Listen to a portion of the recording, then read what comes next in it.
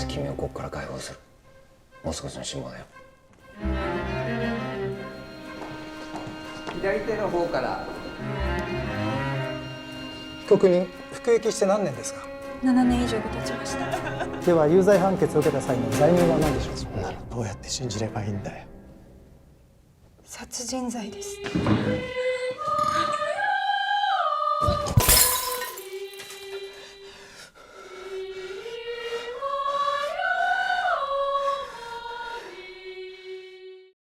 Hello, I'm Panos Kotzathanasis, and this is ASEAN Movie Pulse Interviews. Today I'm here with Anshul Chauhan, whose film December just premiered in Busan. How are you, Anshul? I'm good. Okay, great. So tell us a bit, how was the reception of the film in Busan? Reception was really good. The opening ceremony, it was even before coming to Busan, all the shows were houseful, all three of them. So, and one thing which I found the difference between Japanese audience and Korean audience, like there were many young people here in the audience. So the Q&A was really interesting, and I'm really happy to be here and to screen my film. Okay, great. And how come you decided to shoot a film that is kind of a court drama? So this script was written by my friend Rand Coulter. Yeah, he always collaborates with me from long time. But this is originally his script, and he wrote it long back, actually 3-4 years back, and I read it. But it was written in a way that it can be fit in any country, So I took the script and I did some research on Japanese juvenile crime system and court system and all. Then I changed the whole script for the Tokyo, and then Mina Moteki worked on it as a dialogue, Japanese dialogues, and yeah, then I thought it's pretty interesting subject, and the subject of bullying and all, I take it very personal, and I'm really I wanted to explore it in a way. So in a way, it is not a courtroom drama. If you see, it's a retrial. So it's not like they are not investigating how it happened, who did it, and all. It's pretty clear in the starting who did it. So that's what interested me. Like it's a courtroom drama in a way of a retrial, and same time a good human drama is going outside the court, which I personally really like shooting, like family dramas and all. So yeah, that's why I decided to go ahead and make this project. As far as I know, Japanese judicial system is really strict. Like 99% of people who go to court end up being convicted. Is this the same with the juvenile offenders, or are they a bit more lenient to them? Yeah, I think it is a bit similar, but for juvenile, I think they don't actually go to prison. They go to the how you call that, rehab kind of facility, and it's not actual prison, but they are. So in this case, in the film's case, in the starting she might have gone few years in the juvenile prison, but after that she was moved to the adults. So that's why the case was fought to bring her back, because according to the rule they should be out before before age of 20. So which is what happened. So we took a bit of liberty to deal with this film in this regard. And also one of the main points of the films is trauma, let's say, and how people cope with it. How do they move on? What is your opinion on the subject? You mean the family members? Yes, because we have Katsu not being able to move on, but his wife has moved on. So what do you think? Yeah, because I was reading a lot about this thing, and then I was watching a documentary. It's still available on Netflix. On YouTube, I think. If I'm not wrong, the name is Teenage Killers of Japan. The name of the documentary. So I watched it long back, and in that documentary, there is a father whose son was killed, and the killer is out of the prison, and he still cannot forget it. He goes to the school every day, parks his car, and looks at the school, and he blames the government for it. So yeah, from there I kind of got inspiration to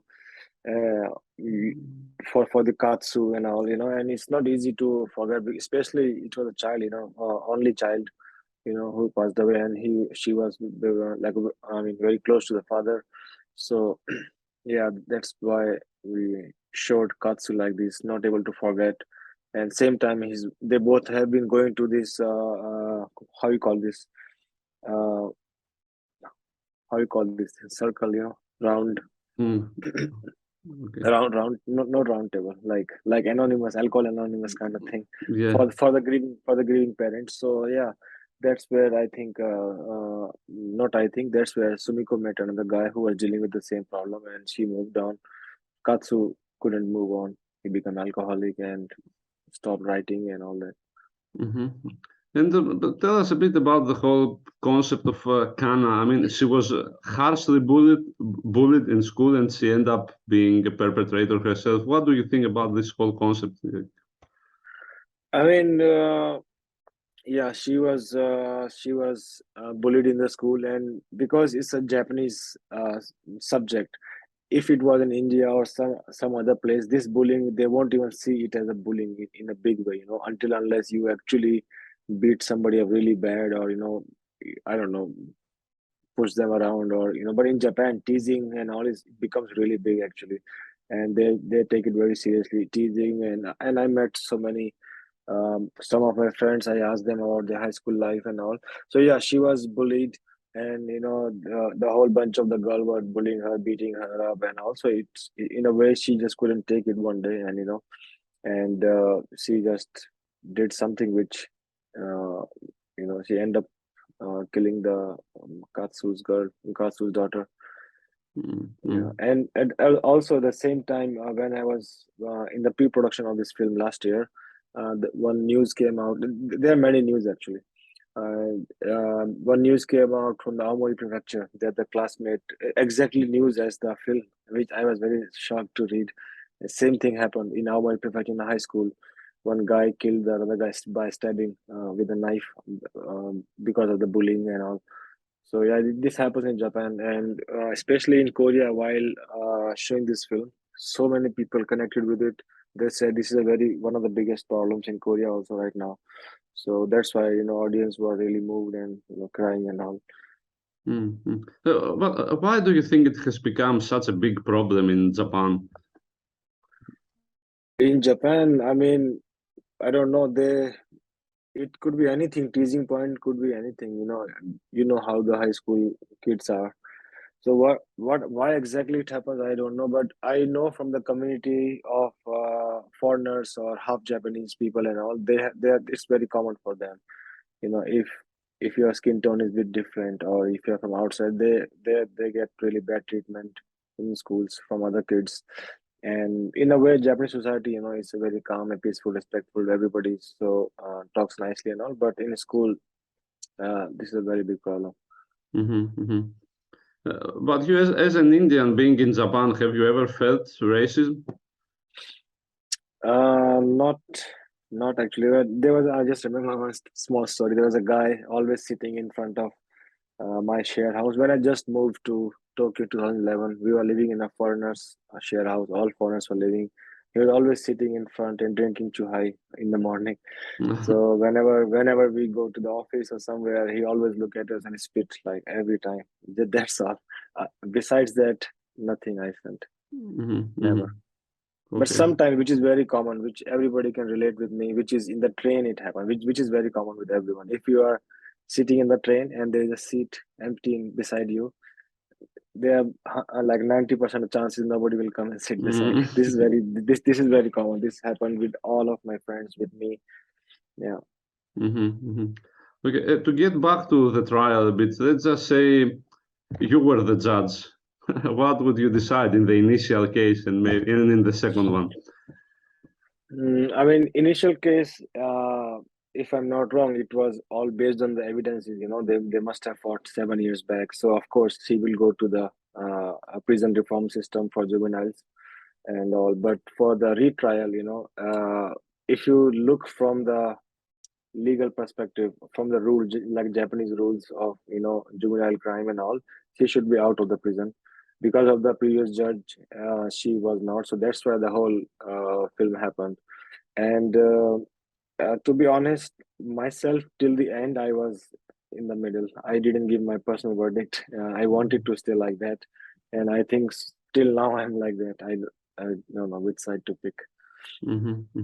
Otherwise, it would be really hard for me to make this film if I show like obviously, okay, which side I am on.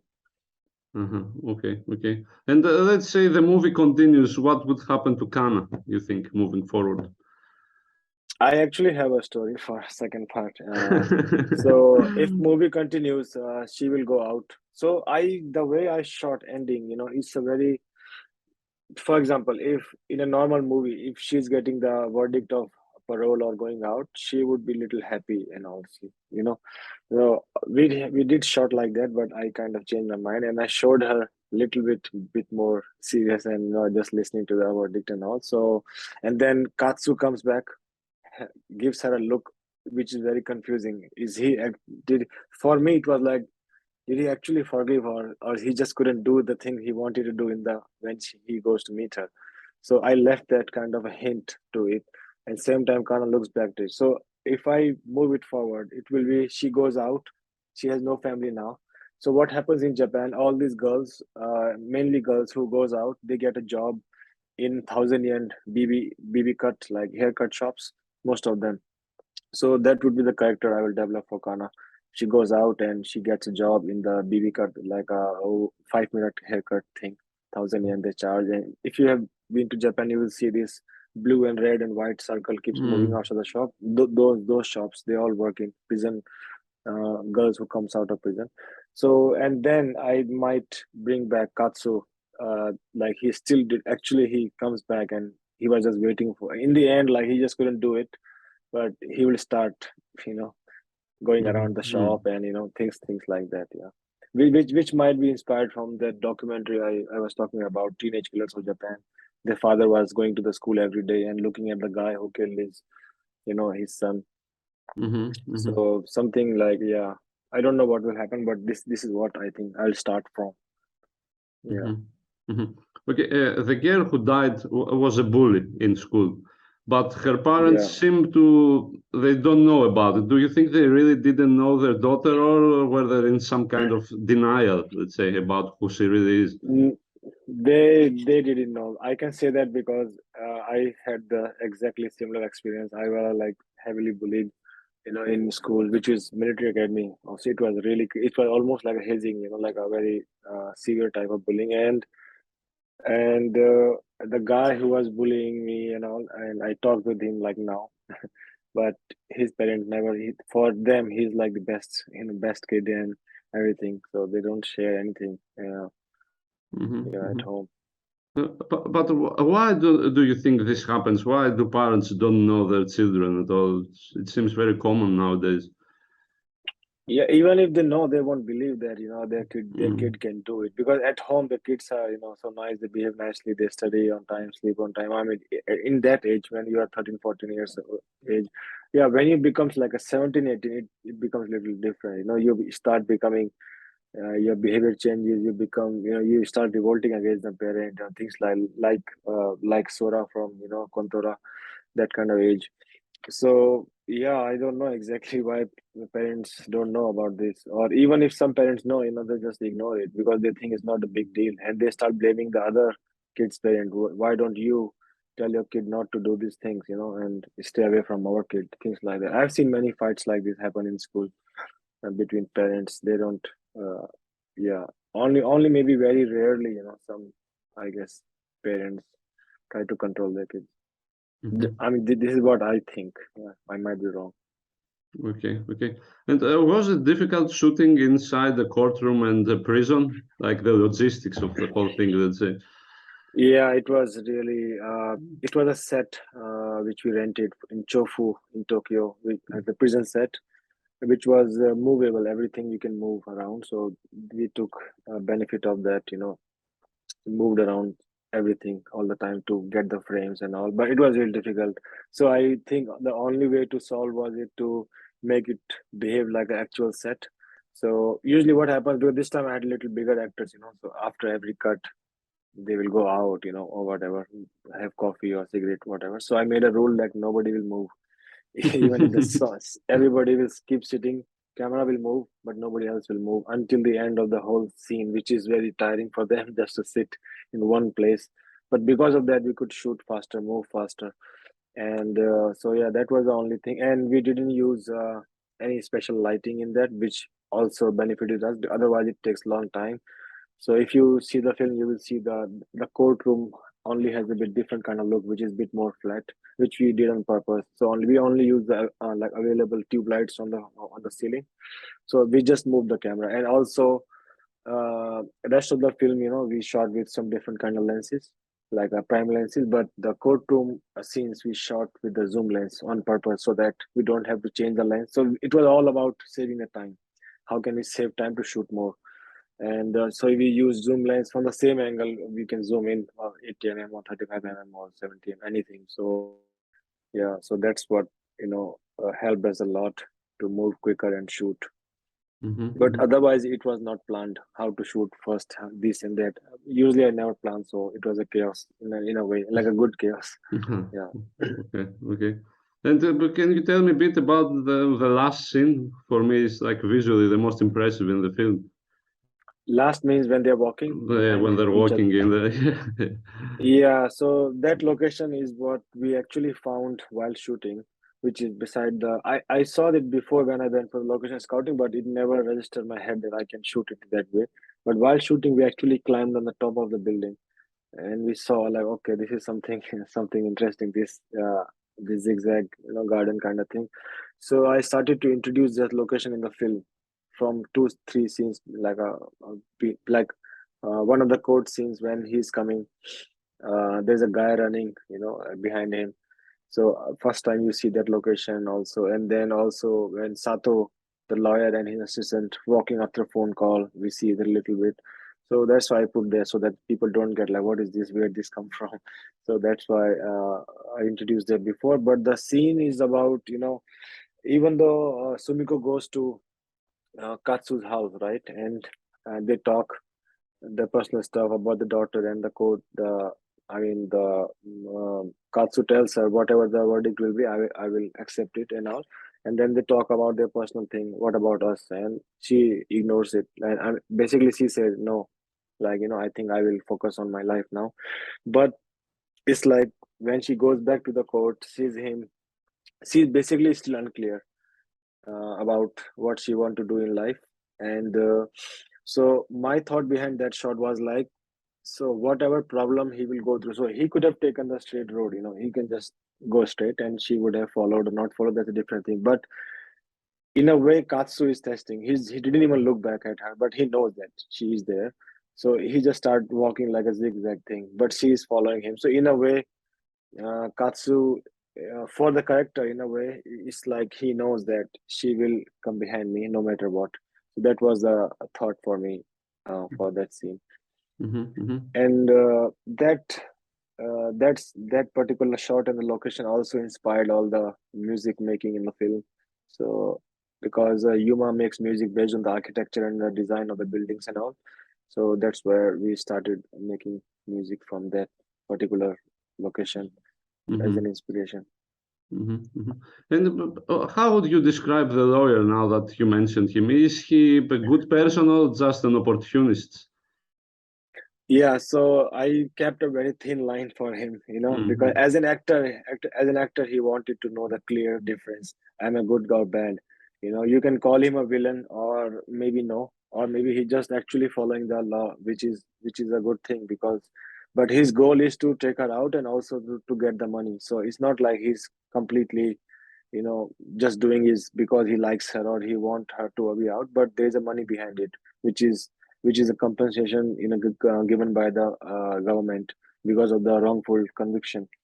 So that was his motive also, one of the motive, but that doesn't mean he has no soft heart for Kana. So he has that soft heart, but in the end, as the judge says that you will not get any compensation, so you can see his mood goes with loud down. But again, in the last scene when Katsu is looking at her, they are talking behind that I will file the appeal again, like I will try again to get the money. So yeah, he's just a lawyer, I cannot call him a opportunist, but because he must be fighting many cases. This is one special case which comes back in his life as a retrial because it's a juvenile case, and yeah, he is looking for money through her. Yeah. But do you like him as a person? Let's say, would you go out to have a drink with him? I like him as a person. He's a very straightforward, that's what I know. Mm. So I might not enjoy drinking with him. I mean, even though Katsu goes with him, first thing Katsu says, and he asks him for a favor, like a reverse favor, like if you do this, you have to do this. So he's a very straightforward. He knows what he wants. So in that way, he's very clear in his mind. Yeah. And can you tell me a bit about the casting of the film? How did that work out? Our casting. So I was screening Kontora, which released last year, 18th March, and I think 19th or 20th, if I'm not wrong. This girl who played Kana, Ryo Matsuura, she came to watch Kontora, and after the screening, she came to meet me. I was standing outside, meeting people and signing and all that autograph and all. So she came. So first thing she said, your first film is my favorite Japanese film, and I can't forget her like that. And she was wearing mask, because there was a COVID time. So I just saw her eyes. I was like, okay, this is something special and all. So I asked her to pull your mask down. She pulled her mask down. Then I remember actually I saw her somewhere, and then I realized she is from the same agency as One Maru Jungle. So I was like, okay. So I told her, nice to meet you and all. Then I just forgot about her and I checked her profile and all. And when I pulled out the script, just after I think March, April, May, I think June, July, I pulled out this script actually. It was somewhere. I just pulled out. And when I was reading the script, her face kept coming in my head. I was like, okay, this is interesting. But I still did many auditions, and I did her auditions actually 3 times. And I did auditions of my close friends and close actor friends and all, but I just couldn't, forget her. Like I just felt like she is the one. And then I made sure that she can do this role because she's a model actually, So and it's a very, very difficult role, but yeah, she did so good that I'm really happy. And other cast, Shogen is my longtime friend, and he has been asking for collaboration since my first film. But I was waiting for a role where he can actually play his almost close to the real age and all, and not look like the six-pack James and Punch fighter. So I told him I have a role, but you have to not look that good the way you look in real life. So you have to gain weight and grow beard, and also I made a Photoshop image of him. I sent him that this is what I'm looking for.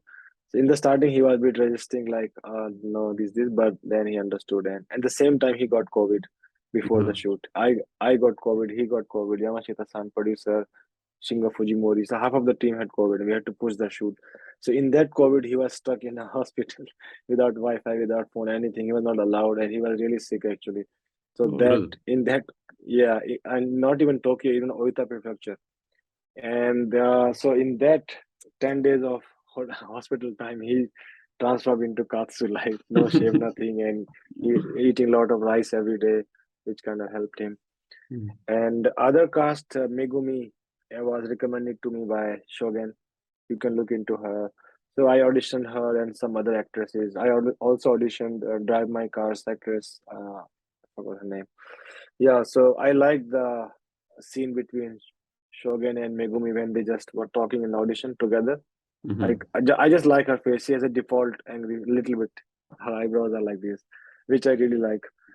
And other cast members, then Fujimori-san, who's a very famous Japanese comedian who played her husband. He was recommended to me by Megumi-san. So it was like this.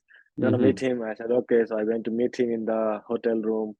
And by that time, he already finished reading the script. And I met him, and before even talking, he said, I'm doing it. He doesn't do movies and all that much.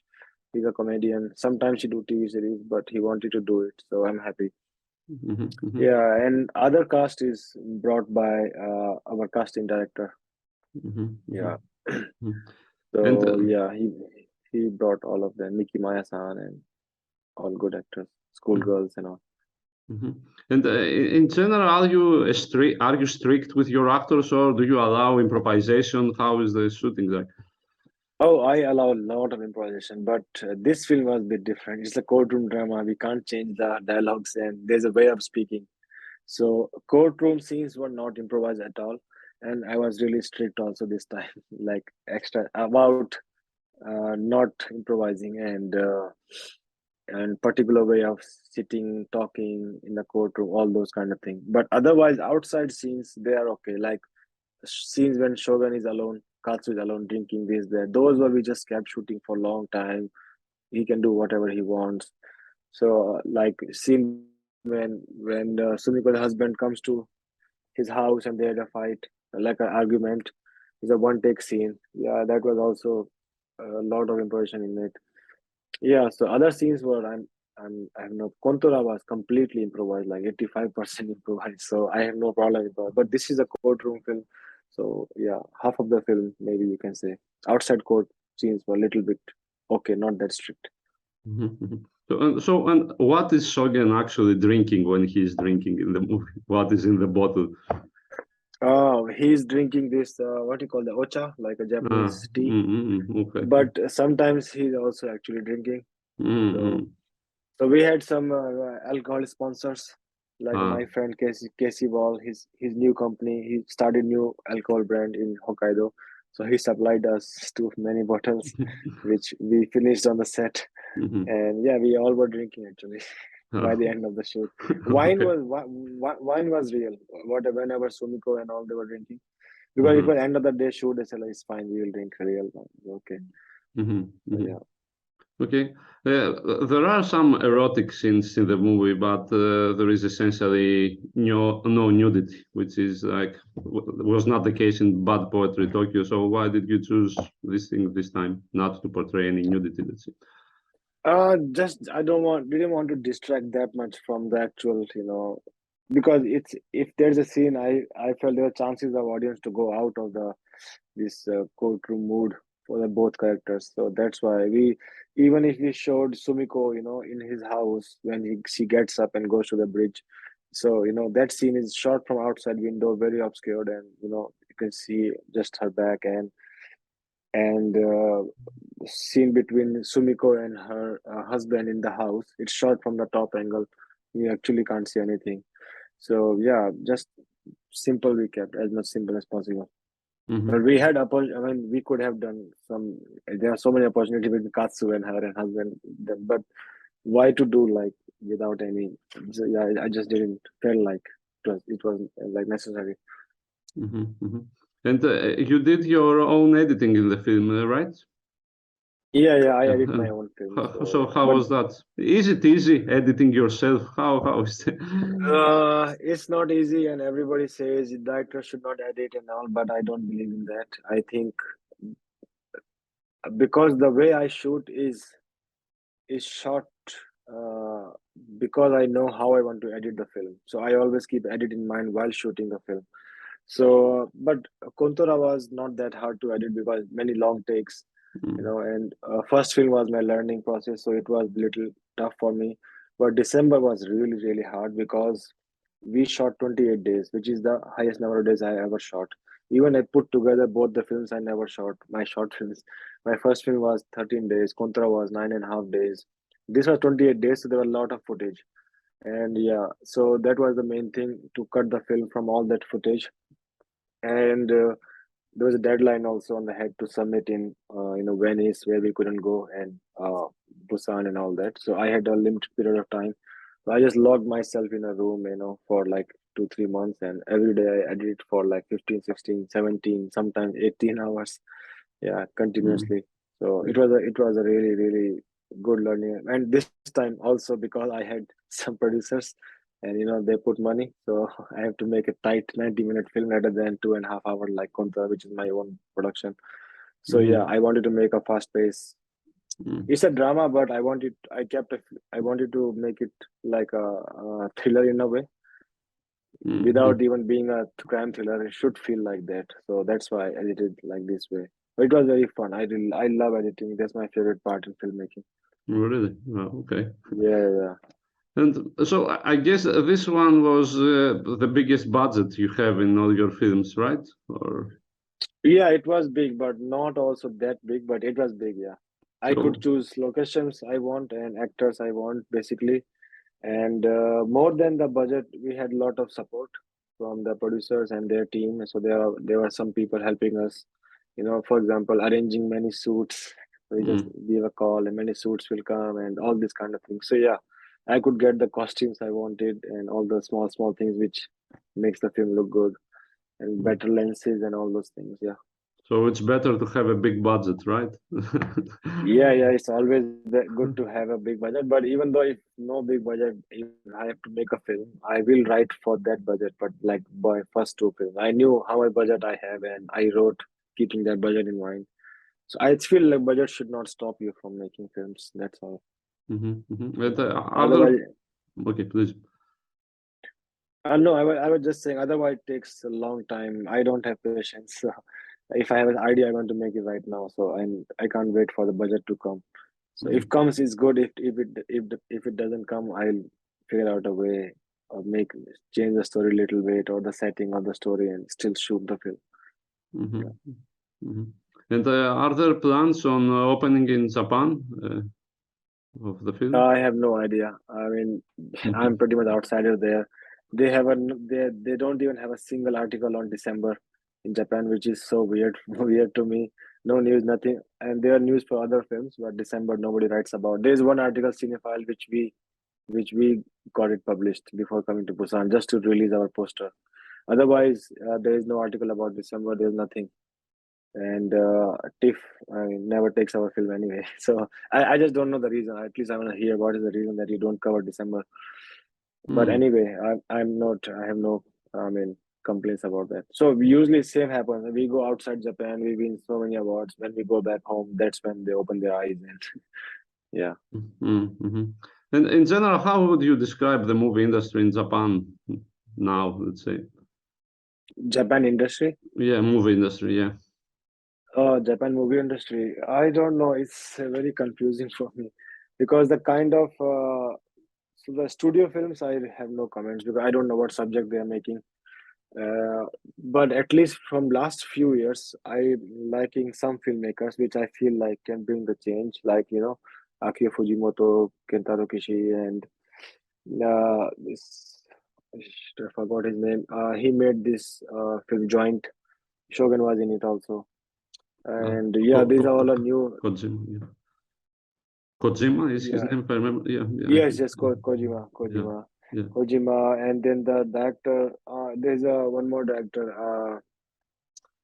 Shit, I'm forgetting names. And he made a black and white film about a car taxi driver, which I watched in a premiere night, and it's not out yet. It will come. So yeah, so all these directors, I feel like they're making some good story, which they actually want to make, not like any horror film or this that like cliche story, high school girl story, or which romantic high school girl stories, or all this, which I don't know why they make that. Still, I think they should be done with all the stories and make something interesting like 90s and all. Okay. And the last question, I guess, any other plans for the future? Are you writing anything or anything else? Right now I'm working on my first Indian project. Actually, it's kind of a offer I got to direct a TV series. So I just moved to India like a few weeks back, and I'm coming to Busan from there only. I'll go back to India, and shooting will start next month. It's a 7-episode series. That's all I can say for now. It's for a big platform and with big Bollywood stars. So it's very like eye-opening for me because they work completely different style. Bollywood everything is big there. So yeah, then I'll go back to Japan in next year January. I'll go back after the shoot, and I take care of the post-production from there. Maybe sometime fly there, but then yeah, I do want to make another Japanese film if possible. I'm kind of writing something which gives a hint of recent Sion Sono stuff. Yeah, Okay. so I'm working on that story right now. It will be a single take film, about auditioning process in Japan, which I feel like is not covered yet. Yeah, so that I want to make, but I don't know how I will make it. For now, I have no budget and no script. So, but that will be my next, I guess, that Japanese project. Okay. Since you mentioned it, last question, I guess. What was your opinion about the whole thing that happened with Sion Sono and the whole bunch of Oh, directors that came out? Like, I can just say it's true because my direct actors friends have told me that it happened with them, so I know it's true. It happens. I mean, I would still say that whatever came out on the media, it was just a little bit. It's so crazy. It's insane. Like what happens there is insane. Yeah, Okay, I understand. and it's kind of insane that if actual all the names will come out, I think the whole industry will like all the directors who people love, like new ones who recently got famous and now everybody will go down. I think big time. Okay. Well, I guess that's it. Thank you very much, Anshul, for being Thank you. here. Okay, this was. Thank you so much. Thank you. This was Asian Movie Pulse interviews. I'm Panos Kotzathanasis, and have a nice night. Bye.